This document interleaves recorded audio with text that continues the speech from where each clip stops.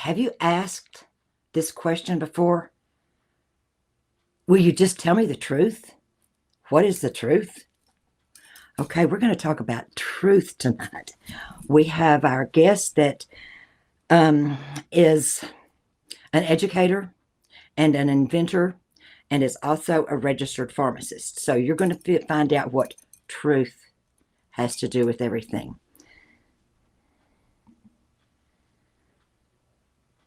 Welcome, Ben Fuchs, registered pharmacist and inventor.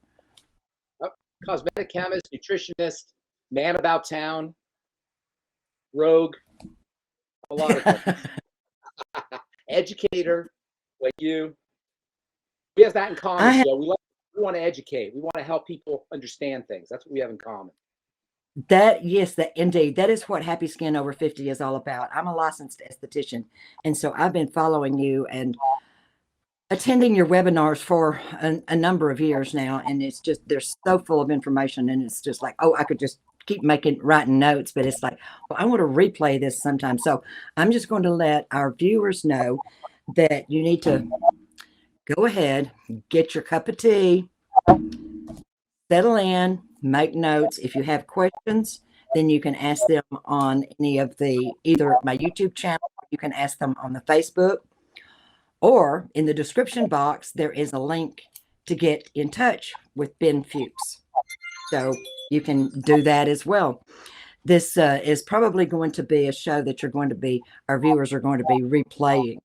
And you may want to just take it in sections, because you've got a lot of information for us, don't you, Ben? I've been doing this a long time. Are you going to start with nutrition? Start today with nutrition? What are you going to start with? Well, first I just want to say I've been doing this a long time. It's not that I'm really smart. It's just that I've been doing it a long time. You know, if you do something over and over and over again, you can be the dumbest guy on the planet, but eventually something's going to stick in. And I've been doing skincare, Jill, get ready for this, since 1982, before you were born, practically. No.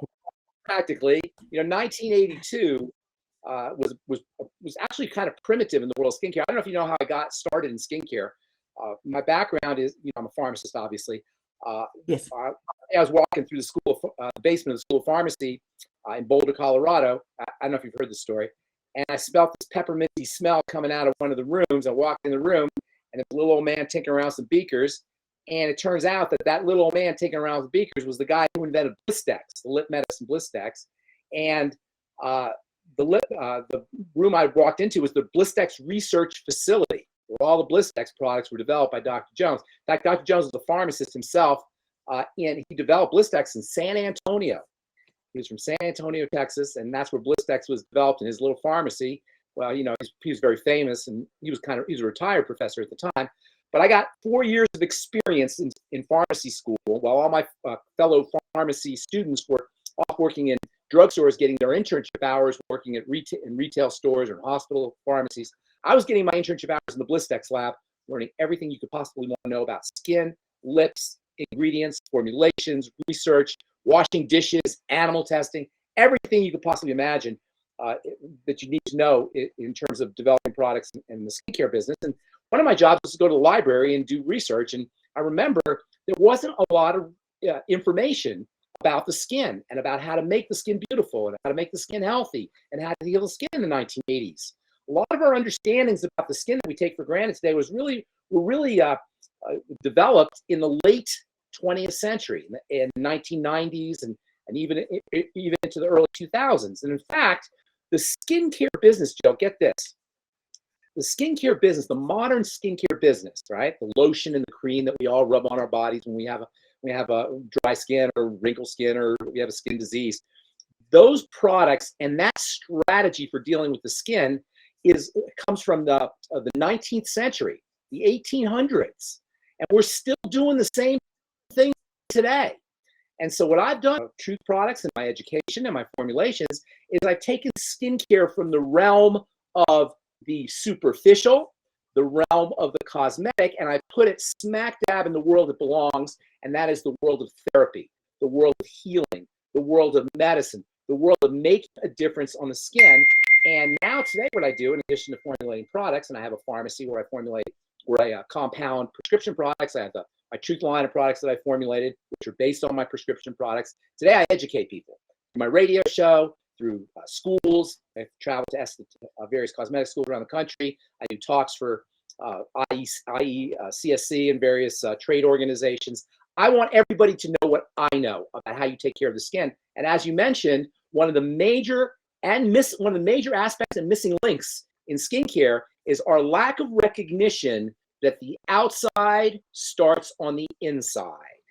We don't recognize that. The outside starts on the inside, for better or worse. That means if you have a skin disease, it starts off on the inside. That means if you have aging skin, it starts off on the inside.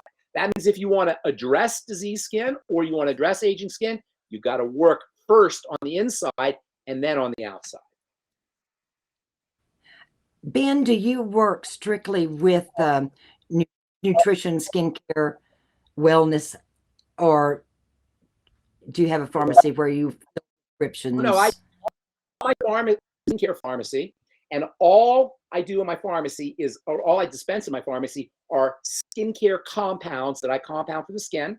Things like perhaps hydroquinone or retinoic acid, things that are prescription medicines but topical, and also nutritional supplements. I formulate nutritional supplements and I put people on nutritional programs. In fact, medicine, dermatologists, much as I love my dermatologist friends and my doctor friends, they oftentimes don't recognize that there are nutritional aspects to disease and nutritional strategies that you can use to make the skin, to heal the skin and to make the skin beautiful. And so I formulate nutritional supplements. I put people on nutritional programs. We do dietary and dietary consultations and digestive health issues, consultations to help alleviate digestive issues.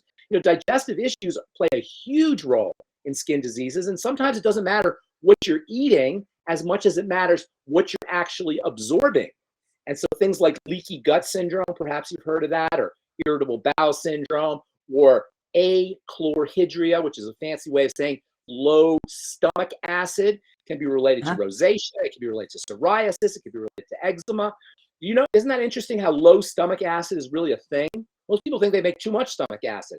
It's really deficiency of low stomach acid that is responsible for a lot of health challenges. So we talk about, I counsel people on digestive health issues, as well as recommend various nutritional supplements that either I formulate or they buy in health food stores. And then I do compound topical products, as well as I dispense my Truth formulations, my Truth treatment formulations, which are non-prescription. And that's a little interesting thing, Joe. The most powerful medicine for your skin, get ready for this, Joe. The most powerful medicine for your skin is non-prescription. The most powerful things you could do for your skin do not require a prescription. Most powerful and effective healing modalities are non-medical. They're nutritional. As well as, I have to always say this, spiritual, mental, and emotional. I call that the 4 dimensions of healing: spiritual, mental, emotional, and physical. And when I say spiritual, I'm not saying religious. I'm saying somehow connected to God, Christ, Buddha, whatever metaphor you want to use, somehow connected to the God force. And then how you think creates hormonal changes that ultimately will show up on your skin. You know, it's been shown that inflammatory skin diseases are related to emotional and mental problems. And then, of course, the emotional aspect of good health is very important. And then the physical dimension, too. So all the dimensions of wellness have to be in play if you want to recover from a health challenge. And I personally believe all chronic degenerative diseases, whether they're topical or whether they're internal, are flexible. You're not doomed. If you have an autoimmune disease, you're not doomed. If you have heart disease, you're not doomed. If you have diabetes, you're not doomed. I believe all chronic degenerative diseases can be U-turned, can be reversed. But you got to know what you're doing. You got to have a certain strategy, because as you know, Jill, what's the definition of insanity? Doing the same thing over, right, and expecting different results. Got to change things. So to start with, we're going to just kind of simplify it. Beauty is more than skin deep, and it's not just beauty. You know, it's the health, and the healthy people and healthy skin that looks beautiful. That, you know, that is happy. So yes. You had talked about it. Go ahead. I was going to say, healthy skin is beautiful skin. We're trying to hack into beauty without addressing the health. We're trying to hack make our skin beautiful with Botox and with moisturizers and with wrinkle creams and fillers without addressing the health issues. And here, what's even more important, if you have a skin condition, you're on the road to something worse. The skin is the canary in the coal mine.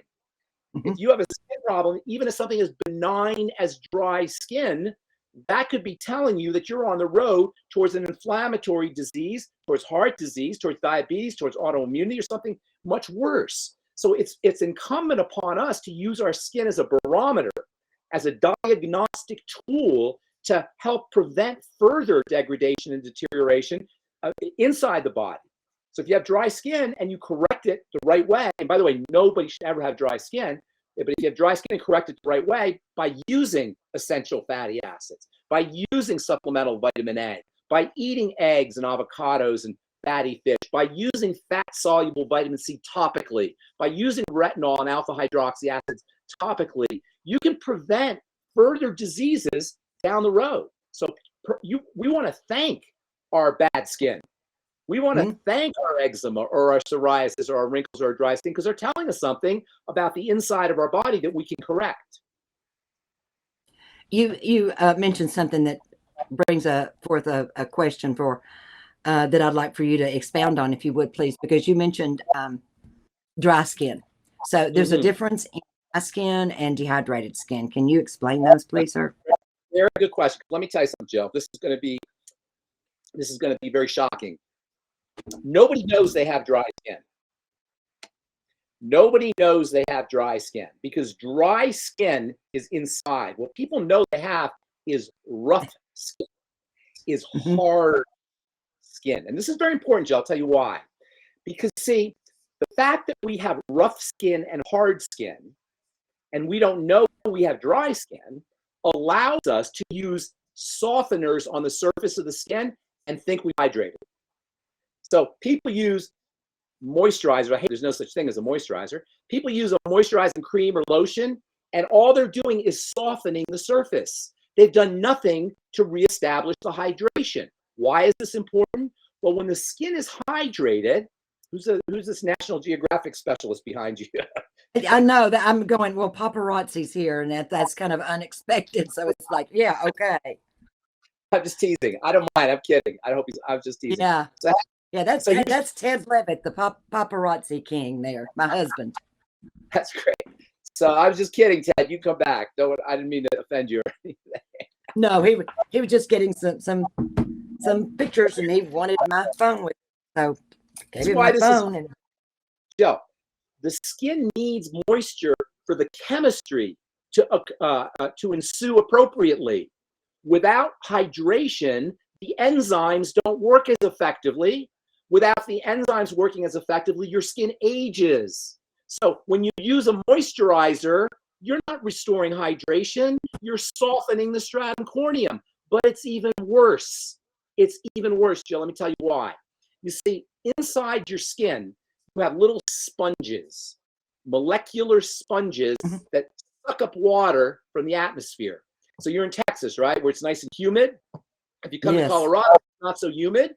What will happen is, if you're healthy, is your skin will make more sponges, and then you won't feel the dryness. However, if you put a moisturizer on, your skin doesn't make the sponges. It doesn't adjust.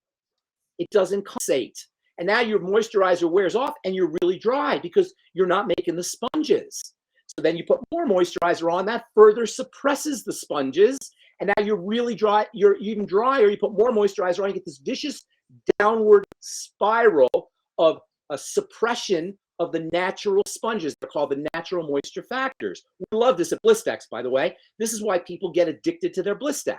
This is why people get addicted to their moisturizing lotion.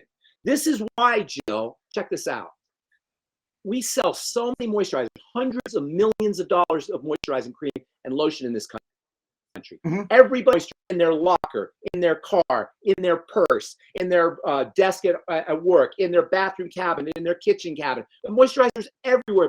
The average person has 5 or 6 different moisturizing products. You would think nobody would ever have dry skin again with all these moisturizers, right? Wrong. Everybody has dry skin because what they're doing is they're shutting down their skin's ability to moisturize itself. The more moisturizer you use, the more you need. And that's why I tell people, and I always, I just want to get people's attention. I say, the silliest thing you could ever put on your dry skin is a moisturizer. That's the greatest way to assure that you'll always have dry skin, and there'll be some moisturizer company that's making millions of dollars every year because you are addicted to their moisturizing product. So you say, what do I do? How do I take care of my dry skin? Well, here's how you do it. Number one, as we said earlier, you make sure you're getting your nutrition. Essential fatty acids are the key. Omega-6 and omega-3. Vitamin A is also critical for the production of moisture factors. Protein is very important for the production of moisture factors. In fact, there are amino acids like R-glutamine that are actually part of these sponges. They're actually used by the skin to trap water. Sugars and alpha hydroxy acids inside, saccharides they call them, and lactic acid also inside the skin act to trap water. Electrolytes like potassium and sodium and calcium also play a major role in acting to support the natural moisture factors for absorption, and then absorption of water, and then also exfoliation. Retinol and alpha hydroxy acids are a major way of stimulating the natural moisture factor. In fact, moisturization or moisture creams and moisture lotions are the exact opposite of exfoliation. And just like moisture factors suppress the natural moisture factor, exfoliation turns it on. People say, oh, don't exfoliate, it's going to make your skin dry. Wrong. I've heard people say, you probably heard this, oh, don't exfoliate, it's going to thin your skin. Really? That's like saying don't exercise because it's going to thin your muscles, right? Don't go to the gym, that's not good for you. In fact, when you go to Target, park right next to the door because you don't want to walk all the way across the parking lot and hurt your legs. It's going to hurt your leg muscles. Of course, that's silly. The human body in general and the skin in specific are anti-fragile systems. An anti-fragile system is a system that builds up when it's under stress. And so we want to leverage this stress response that's built into the biological system, whether we're talking about our arms or our legs or our heart or our brain or our skin. Stress, when it's done correctly, is your friend. What doesn't kill you makes you stronger, right? And that's why we go to the gym. And that's why you get on a treadmill or run to exercise your heart and your lungs. That's why if you don't want to get Alzheimer's disease when you get older, do crossword puzzles. Learn a new language, learn a musical instrument, read a different philosophy, or read anything. And if you don't want your skin to age, and you don't want your skin to be dry, and you want your skin to be healthy and strong, make sure you're exercising your skin, which is what I call exfoliation. So between exfoliation with alpha hydroxy acid, topical nutrients like topical vitamin C, and by the way, fat-soluble vitamin C, not water-soluble vitamin C, retinol, and then internal nutrition, whether you're talking supplements like essential fatty acids, vitamin A, zinc, the proteins we just talked about, or foods. Fatty fish is a tremendously moisturizing food. Avocados are a moisturizing food. You know what the most skin moisturizing food is of all the foods you could possibly eat? The most skin moisturizing food is eggs, but not cooked eggs, raw eggs, or poached eggs, or soft-boiled eggs, because the more you cook your eggs, the more you destroy the good nutrients. So raw or poached or soft-boiled, that's the perfect moisturizing food. In fact, that's the perfect skin health food. I have clients that, and it's just a few of them because I've been working for years to try to educate everyone that will not leave my clinic unless they've got something greasy on their face, because yes, that's what they've always been accustomed to. They feel like that they have not gotten their money's worth out of a facial unless they've got this greasy moisturizer. Exactly. So I have because when we put a product on, we're in this hypnotic trance from generations of people, of our great-great-grandmothers telling our grandmothers, telling our mothers, telling our daughters, telling them to put something on their skin. And so when you put something on your skin, it's dry skin, you put a moisturizer on, right? When you rub your finger on your skin, for some reason, we believe that we've done something to our skin when all we're feeling is the wax, the oil, or the product itself.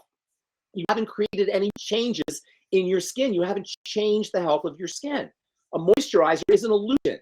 There's no moisture in there. In fact, Jill, if moisturizers were really a thing, all you'd have to do is stick your hand in water and you'd be moisturized, because that's pure moisture, right?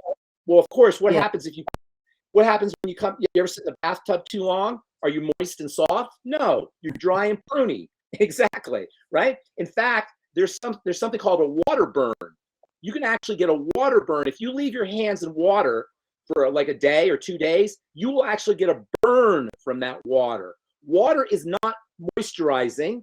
Moisturizers are not moisturizing. The way to soften and moisturize and hydrate your skin is from the inside out.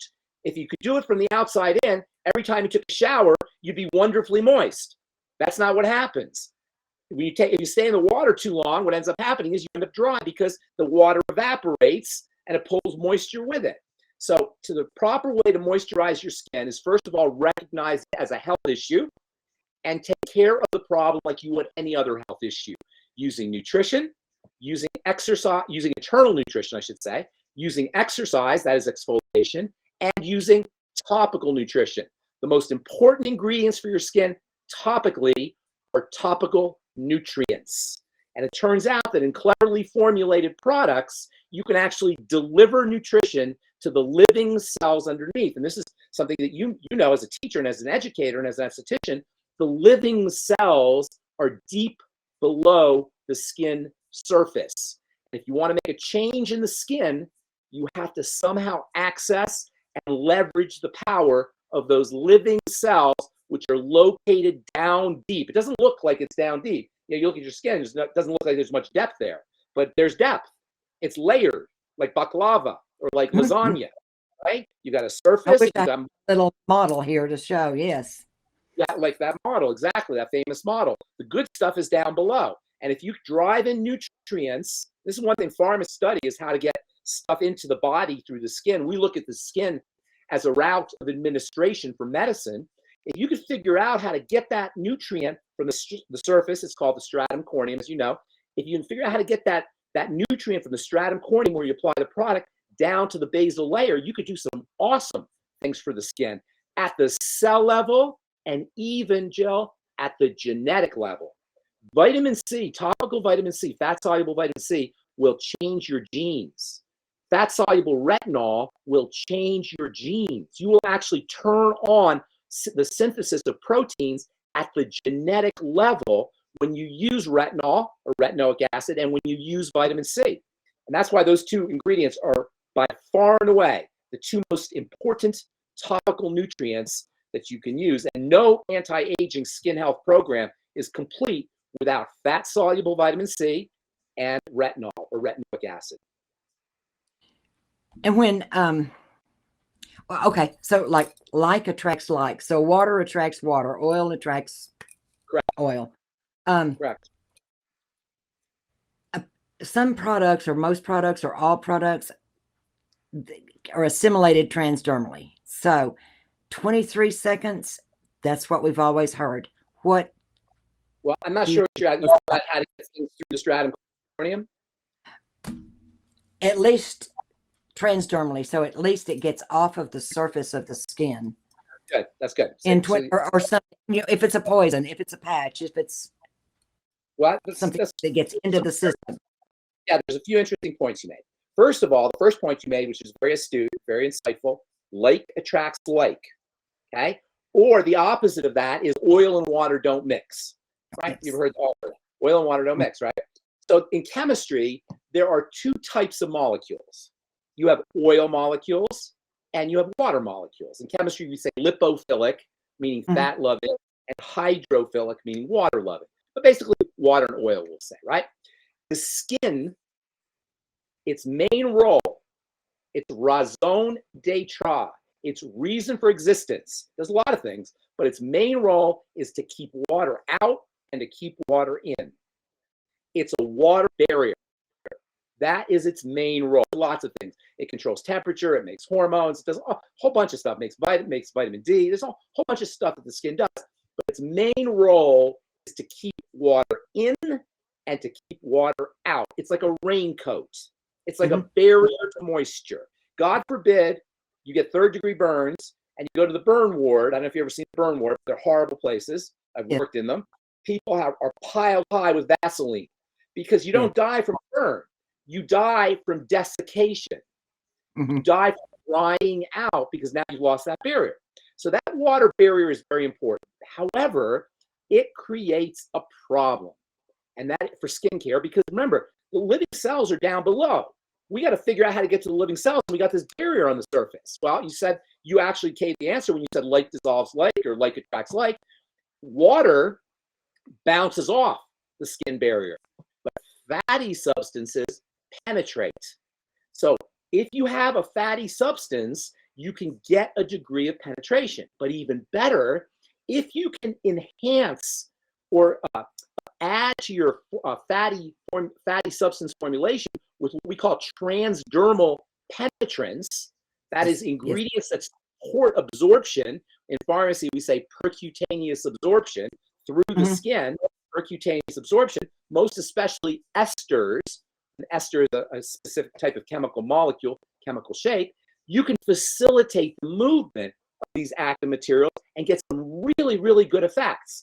But that requires, number one, a fat-soluble active ingredient like retinol or like a fat-soluble vitamin C, as I mentioned now. And then if you put esters, you get this piggyback effect where your fatty molecule will hitch a ride along with the ester and travel through the surface of the skin. And this is where being a pharmacist really serves me well when it comes to formulating skincare products, because we get 2 years of something called pharmaceutics, where we study how to deliver medicine into the body through the skin. And that's why you have fentanyl patches, you have estrogen creams, you have scopolamine patches, various topical products that people use to get nutrients into the bloodstream. Now, I'm not, in my skincare products, I'm not trying to get anything to the bloodstream, but I'm getting them to the lower levels of the skin, the basal layer, as they call it, and also to the dermis.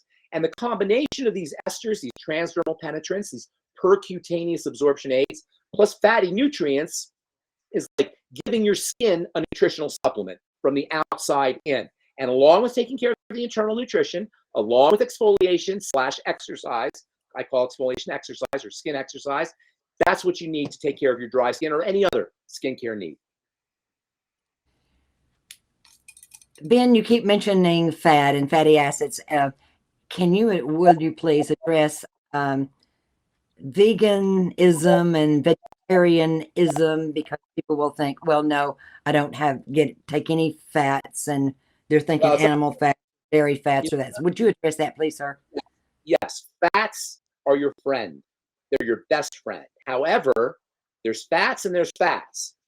In other words, there's fats that are good and there's fats that are bad. The classic book on fats, written by a friend of mine actually, is called Fats That Heal, Fats That Kill. And those are the two kinds of fats. The fats it's a classic book on fats. Anybody who's interested in fats should have that in their library. It's an amazingly important book on fats, and it's written for lay people. It's not really technical. Fats that heal, fats that kill. And those are the two kinds of fats.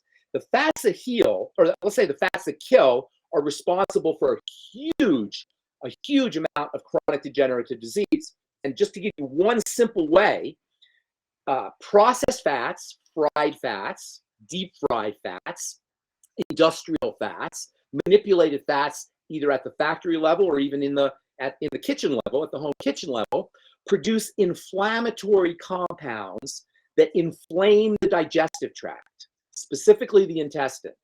When the intestine becomes inflamed, the cells start to spread out and leaks develop into the bloodstream. This is called leaky gut syndrome. Probably heard this. Yes. Once you get leaks and toxins get into the bloodstream, you are off to the chronic disease races. And there is no chronic inflammatory disease, none of them.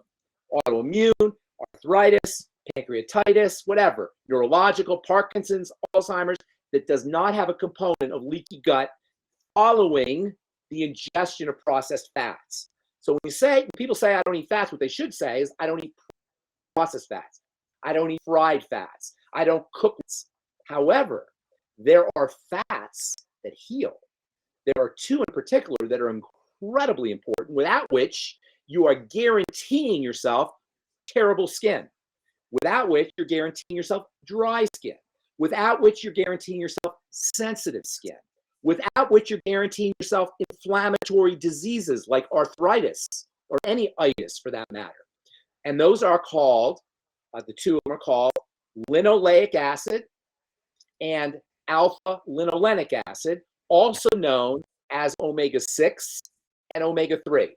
Okay, now that's a little bit, that's not quite as accurate if you're a scientist or you're a chemist. That's not really an accurate way of saying it, but colloquially speaking, for the average person who's not a scientist, we can call them omega-6 and omega-3. And these are incredibly important for the skin and for the body in general.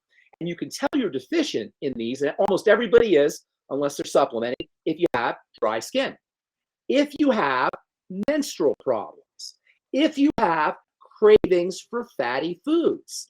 All of these are indications that you're missing your omega-6 linoleic acid and your omega-3 alpha-linolenic acid. And they're easy to get in supplements, but they're very difficult to get from food, which means you got to go out of your way to get them. You got to go to the health food store. You got the best kind come in a liquid bottle, keep in the fridge, you do a couple tablespoons a day. Anybody who has dry skin will be shocked to see what happens in a month of taking essential fatty acid liquids. Now, there's other things you need too, but those are a huge start. And bonus, if you're dealing with menstrual problems, if you have cramps or heavy periods or any kind of physical discomfort at that time of the month, it's like a cure for menstrual problems. And extra bonus, you won't crave fatty foods as much or even at all once you get on your linoleic acid and alpha-linolenic acid, essential fatty acids, omega-6 and omega-3. Now, another very important nutrient for dry skin is vitamin A. Now, we talked about retinol and retinoic acid, which work because they're vitamin A, but internally, vitamin A is a secretory vitamin, which means it improves secretions of digestive juices, secretions of skin lipids, skin fats, secretions of tears for people who have dry eye syndrome. And by the way, everything I just said for helping prevent dry skin helps with dry eyes. You ever talk to anybody who has dry eyes? Dry eyes are like the eyes version of dry skin, and essential fatty acids and vitamin A are the main treatments, non-medical treatments for treating dry eyes or any dryness. In fact, there is a drug that you can take if you have acne that works by shutting down secretions. It's called Accutane, right? I don't know if you've seen anybody on Accutane, but the number one side effect of Accutane is you don't make any fluids. You don't make any secretions. Your eyes become terribly dry. Your digestive system starts to suffer. You can't make any saliva, so your throat becomes really dry. And of course, you don't make any skin fats either. And that's why they use Accutane. Accutane is a poison version of vitamin A. It's called isotretinoin. Tretinoin is vitamin A. Isotretinoin is poison vitamin A. And what do they tell you? I don't know, you may know this. You probably know this. What do they tell patients when they're on Accutane? They say, don't take vitamin A. Why do they say that? Because your cells aren't stupid. If you take vitamin A and your cell is looking here at Accutane and looking here at vitamin A, it's going to say, I think I'm going to take the real stuff. I'm not going to take the poison stuff. And so the dermatologists say, don't take vitamin A when you're taking Accutane because your cells they're not going to take the drug. They're going to take the vitamin. So you're not supposed to take vitamin A. So vitamin A is a secretory vitamin. That's also a very important nutrient for folks who are dealing with dry skin. And then, and this is also important, fats are very hard for the body to process relative to non-fats, to watery substances. So, you have two kinds of chemicals, water and fat, right? If you have a gallbladder taken out or a gallbladder problem, if you have a liver problem, if you have an intestinal problem, if you're not making stomach acid, all of these can compromise your ability to absorb your fats, to absorb essential fatty acids, to absorb vitamin A, as well as vitamin E and vitamin D and vitamin K and other nutrients that are fatty nutrients. So taking digestive enzymes becomes important. Using apple cider vinegar with your meals becomes important. Using bile salts or lecithin granules with your fatty meals becomes important. Probiotics, good bacteria are very important for the health of the intestine and the absorption of fats. Remember, it's not just what you take, it's what you absorb. So working with digestive health is another major, another important strategy for folks who are dealing with dry skin or any other skin health issue. Well, with some of those, if is it processed then through the liver and through the kidneys and to damage them, or does it just go to small intestine and large intestine and colon and out without getting the benefit? Because fats? Yes. I'm not You were quite talking understanding. if you didn't take it in combination.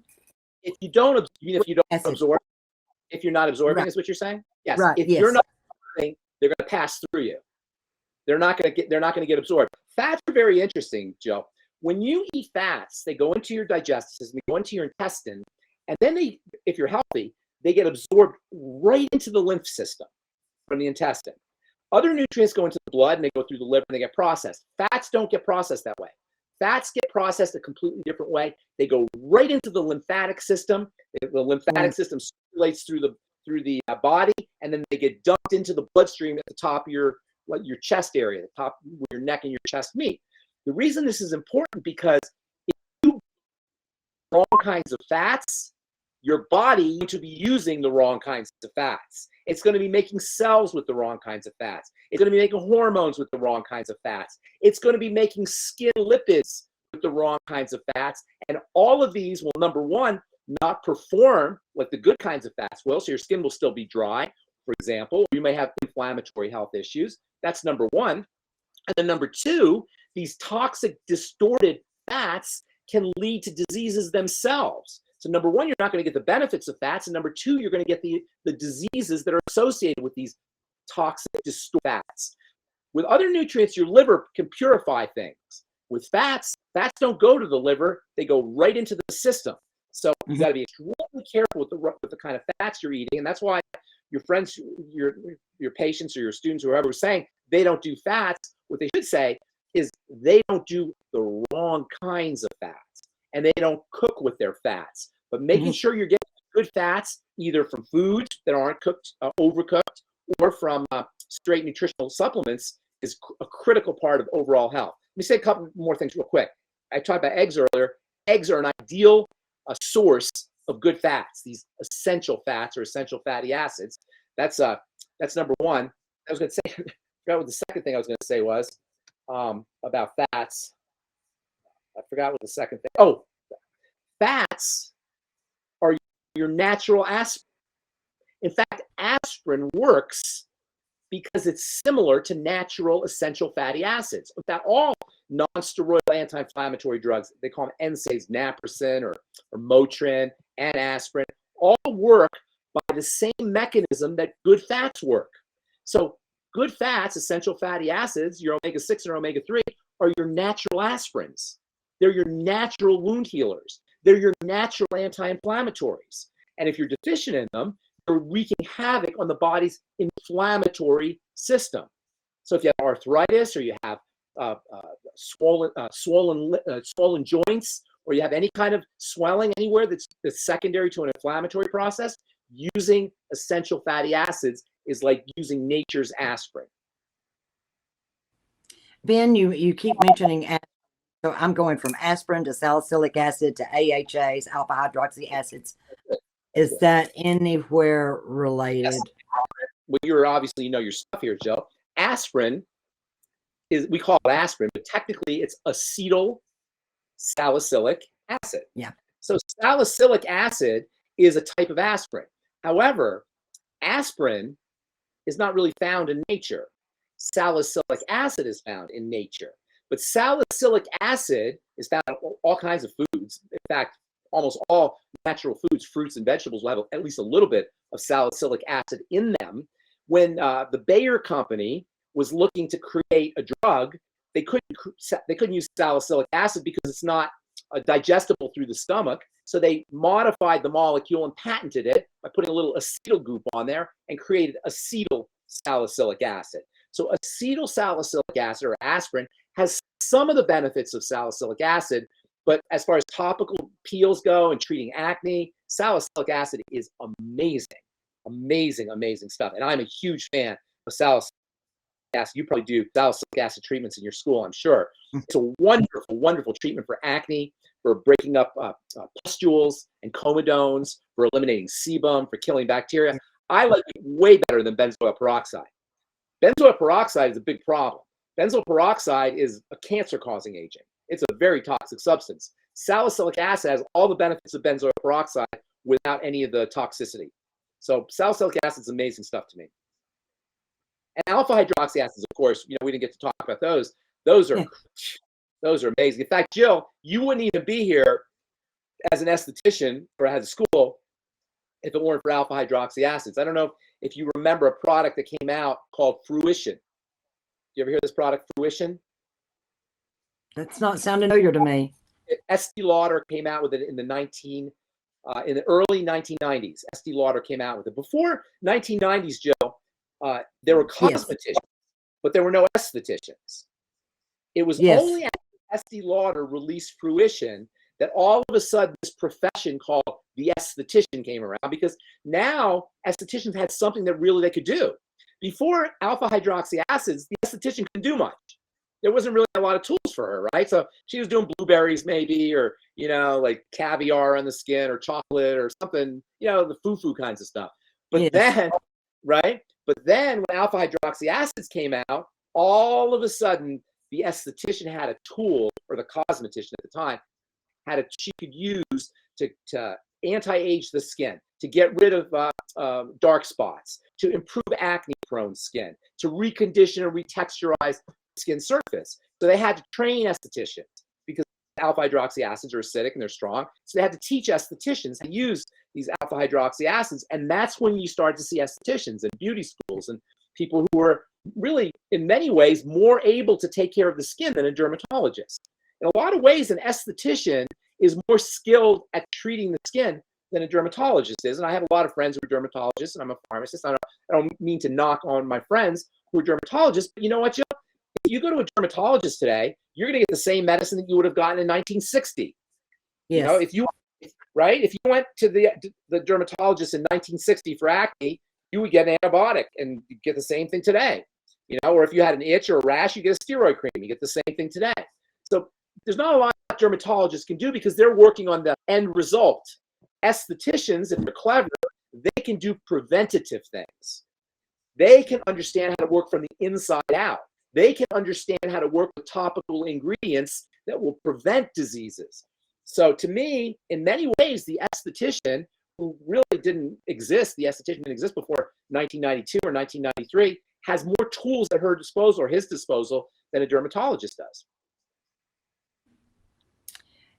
Several things happened in the early 90s then. I guess I had a wellness center at that time. And what was your training, Joe? The name? Are you? Well, I was going to say, what is your background? Are you medical? Do you have a medical background? It is not medical. It is naturopathy. Naturopathy. Okay, gotcha. I love it. And you were talking about, but then of course, anatomy and physiology and histology. I've had all of that in college, and gross anatomy. But you mentioned the book on fats, because that gets me to thinking, was this published before the early 90s? It was actually, it's in its like 25th edition now. It gets republished every couple of years. I think the first one came out in the 80s. I read it in the 80s, so I don't think it came out before the 80s. Maybe like 83 or 84. I read it in the mid 80s when I was in pharmacy school, and I keep a copy. It's by a guy named Udo Erasmus, UDO Erasmus, ERASEMUS, Udo Erasmus, and he's a brilliant biochemist. That's sounding so familiar, and I am thinking that might have been one of my resources when I was working on my dissertation. When I was working on my dissertation, and that was like in the 92. Oh yeah, yeah, it's a classic. It's a must-have classic. Yeah, I forgot. I'm glad you reminded us of that. I forgot about that. Let's address some differences in probiotic and prebiotic, and okay. Now there's postbiotics. There's prebiotics, there's probiotics, and there's postbiotics. So probiotics, they're very interesting.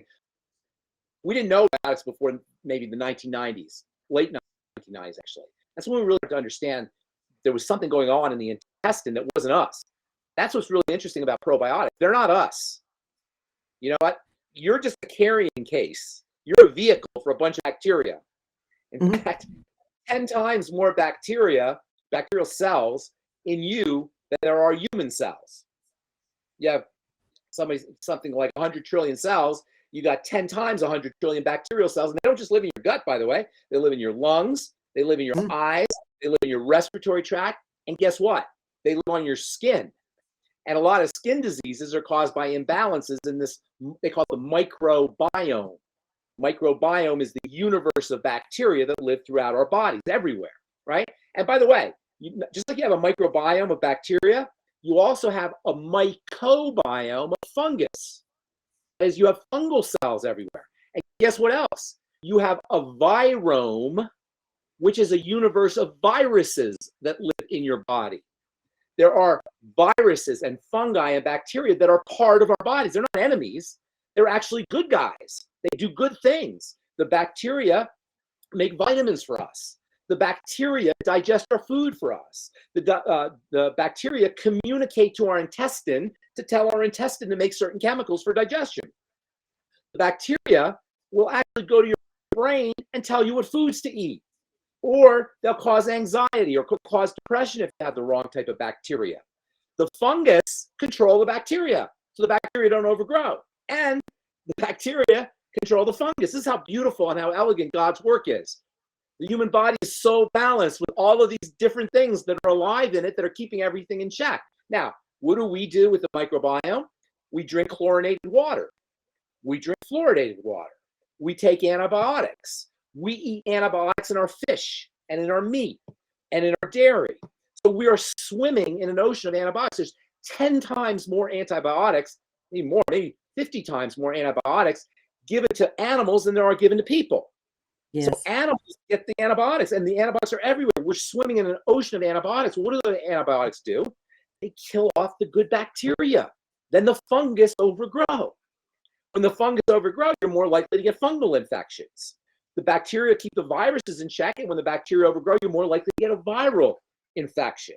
The bacteria are like the soil, or like the bacteria are to the body what the bacteria are to the soil in the dirt.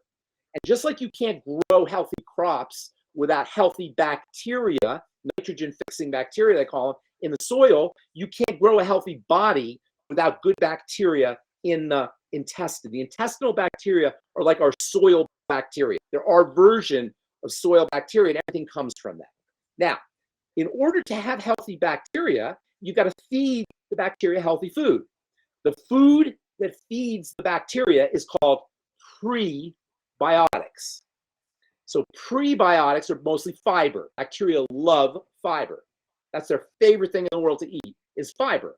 So fiber feeds good bacteria, and making sure you're getting good fiber is a critical part of intestinal health. There's some people who don't get any fiber. They call them carnivores. You ever heard of the carnivore diet? You may have heard of this, where all you eat is meat. The problem with that is the fiber. And the fiber is not just important for keeping your bowels regular. It's important because it's a prebiotic. It feeds the good bacteria. So making sure you're getting enough fiber, vegetable fiber is the best, and we should be eating vegetables morning, noon, and night. Fruit's okay, but it tends to have a lot of sugar, which can throw off bacterial populations and create imbalances in the different species of bacteria. So fruit's a little bit problematic. The best part of a fruit, by the way, is the peel and the pith and the fiber. So if you're going to do fruit, make sure you're eating the peel and make sure you're getting the pith in addition to the fiber. And then there's postbiotics. And these are something that people just started talking about a couple years ago. Postbiotics are really interesting. Postbiotics are the molecules that are secreted by the bacteria. The bacteria eat the fiber, and in response, they secrete wonderful compounds that calm you down, that support your immune system, that build muscle, that have appetite suppressant effects, that have an entire range of benefits for the body. So postbiotics that come from probiotics are important for keeping the entirety, from brain to immune system to skin to bone to our ability to fight off colds and viruses. So in fact, there's one postbiotic called, it's so important that you can actually buy it in the health food store. This is a postbiotic called butyrate. Butyrate is a postbiotic that makes you feel good. In fact, there's actually a substance that people used to use until it became illegal that was called GHB. Have you ever heard GHB? Remember that? GHB? Yes. They made it illegal. GHB is gamma hydroxy butyrate. It's the same stuff that comes out of the bacteria. It's a postbiotic. They made it illegal because people were too happy with it when they did it, but for whatever reason. But it's still, it's a butyrate. And you know what nature's best source of butyrate is in foods? You're going to love this. Butter. Butter, the word butter comes from the butyrate that's in the butter. Butyrate, by the way, is the perfect medicine for your intestinal cells. How do you like this? The bacteria secrete butyrate and it feeds your intestinal cells. It acts as an energy source for your intestinal cells. The ketogenic diet, by the way, is a butyrate diet. It's a diet that stimulates butyrate, that's high in butyrate. B-U-T-Y-R-A-T, if you want to spell it, butyrate. Or butyric acid. It's a fatty acid.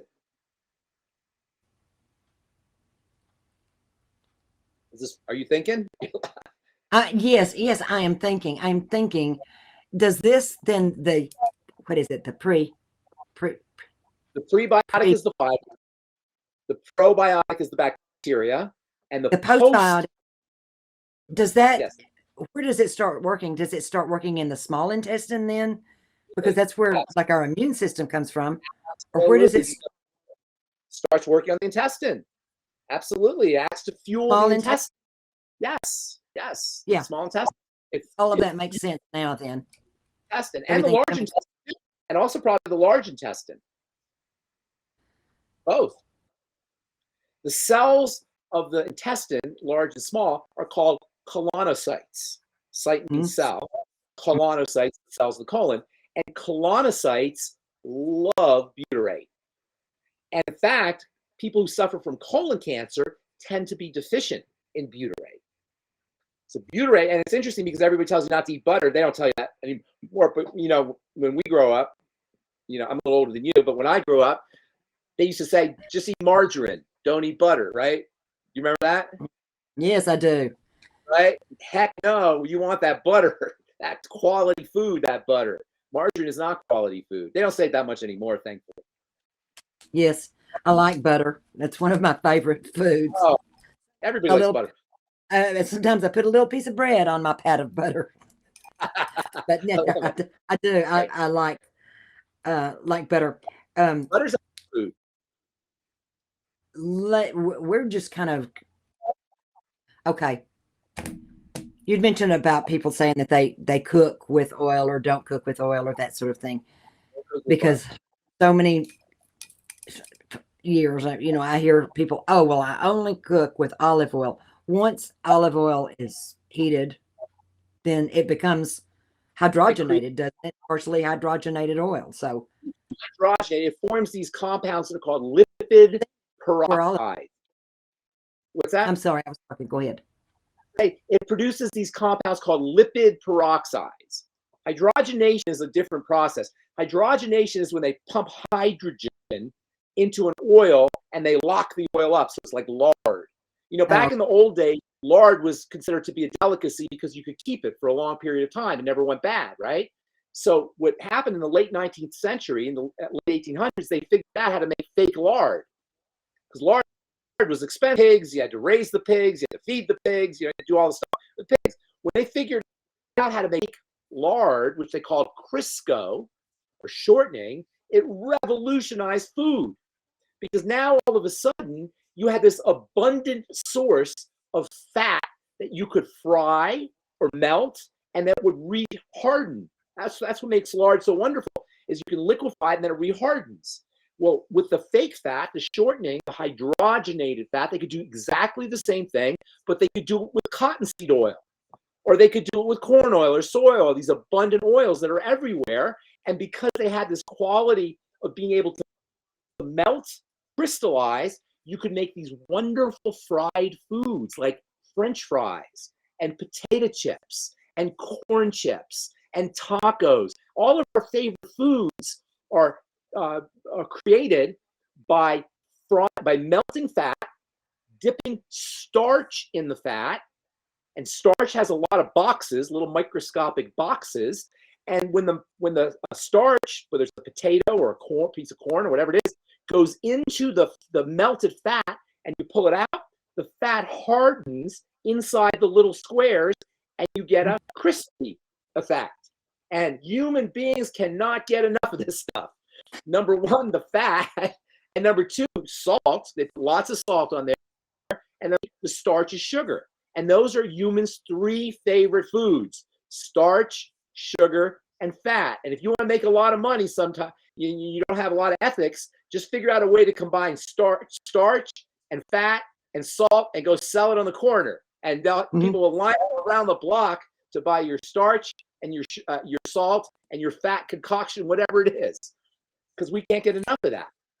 By the way, something right there.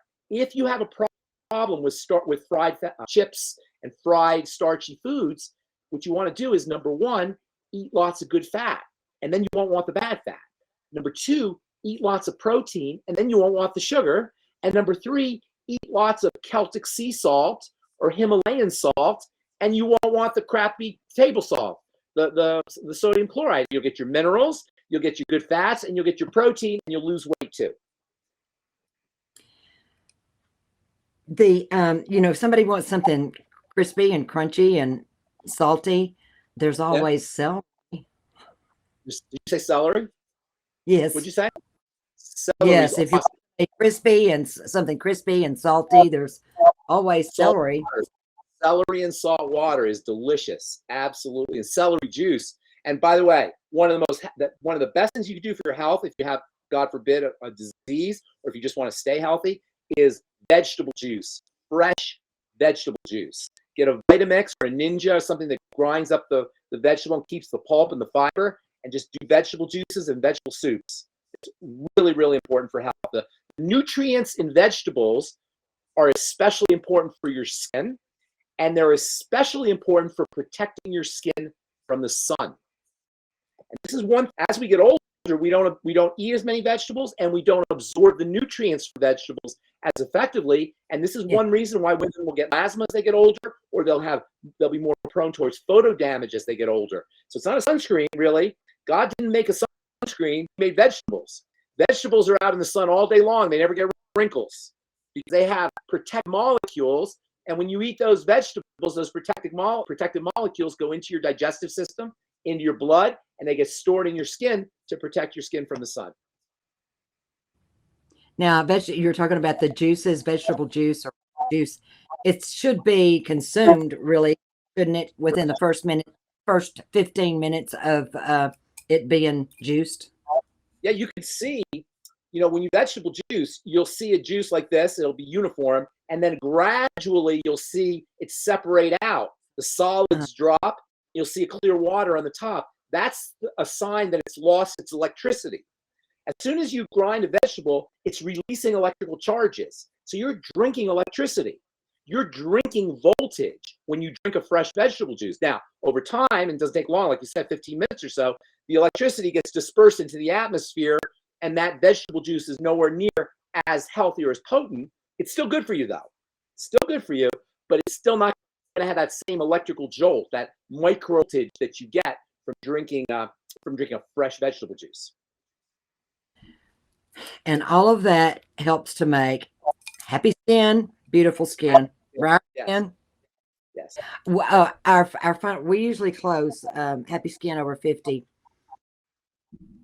with question. Oh, also this will be on podcasts too. I didn't mention that, but with a question. Ben, what was your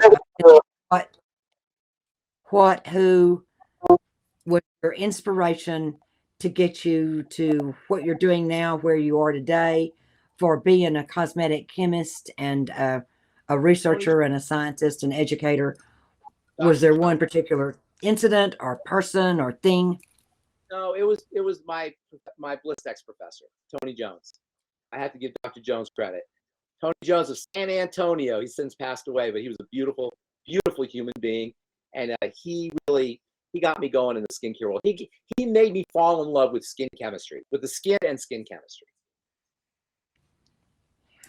Well, we're very thankful for Dr. Jones, and I'm so glad that I met you. You never met me, but because I was always on the other side of the screen on your podcasts and webinars and classes and everything. But I do want to thank you very much for being our guest on Happy Skin Over 50. Honor. Thank you for what you're doing, Joe. You don't have to do this. You're really motivated. That's awesome. Thank you. Thank you.